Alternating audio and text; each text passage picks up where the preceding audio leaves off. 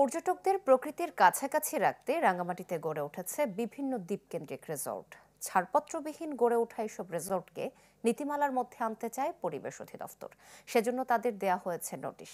তবে পাহাড়ের পর্যটন খাতকে এগিয়ে নিতে সরকারের সহযোগিতা চাইলেন সংশ্লিষ্টরা। জিয়াউল হকের রিপোর্ট।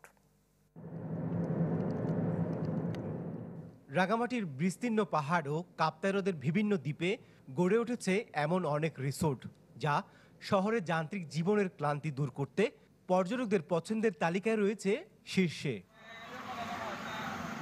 তবে অপরিকল্পিতভাবে পাহাড় কাটা, একবার ব্যবহারযোগ্য প্লাস্টিকের প্রাধান্য, কঠিন ও তরল বর্জ্য হ্রদে ফেলা সহ বিভিন্ন অভিযোগে অন্তত 12টি রিসোর্টকে নোটিশ দিয়েছে পরিবেশ অধিদপ্তর। তারা বলছে, রিসোর্টগুলোকে পরিবেশ বান্ধব ও মানসম্মত করার জন্যই দেয়া হয়েছে এমন নোটিশ।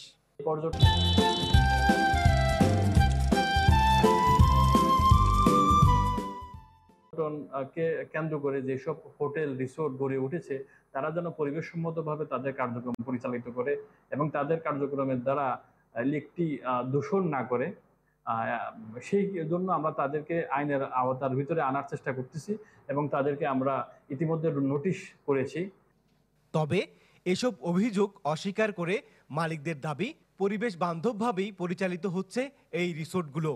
পাহাড়ের পর্যটন খাতকে এগিয়ে নিতে পরিবেশ অধিদপ্তরের সহযোগিতা চাইলেন তারা। মাটি যেভাবে আছে ওই সেম পরিবেশেই আমরা ইঞ্জিনিয়ারিং প্ল্যান দিয়ে এটা করছি, রিসোর্টগুলো করছি যাতে কোনো মাটি কাটা না লাগে। পৌরসভার মাধ্যমেই এবং আমরা নিজেরাই আমাদের নিজস্ব ব্যবস্থাপনা, আমাদের বর্জ্যগুলো আমরা ব্যবস্থাপনা করে থাকি। ওনারা যে নোটিশগুলো করেছেন সে আলোকে আমরা কাগজপত্র রেডি করেছি এবং সে জবাবটা আমরা অবশ্যই দিব।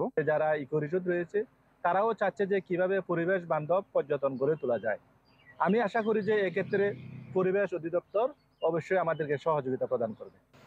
পরিবেশ অধিদপ্তরের তথ্য মতে গেল কয়েক বছরে কাপ্তাই হ্রদের পাশে অন্তত 15টি এবং কর্ণফুলী নদীর পাশে 5টি রিসোর্ট গড়ে উঠেছে, যার বেশিরভাগই নির্মিত হয়েছে পরিবেশ অধিদপ্তরের ছাড়পত্র ছাড়া।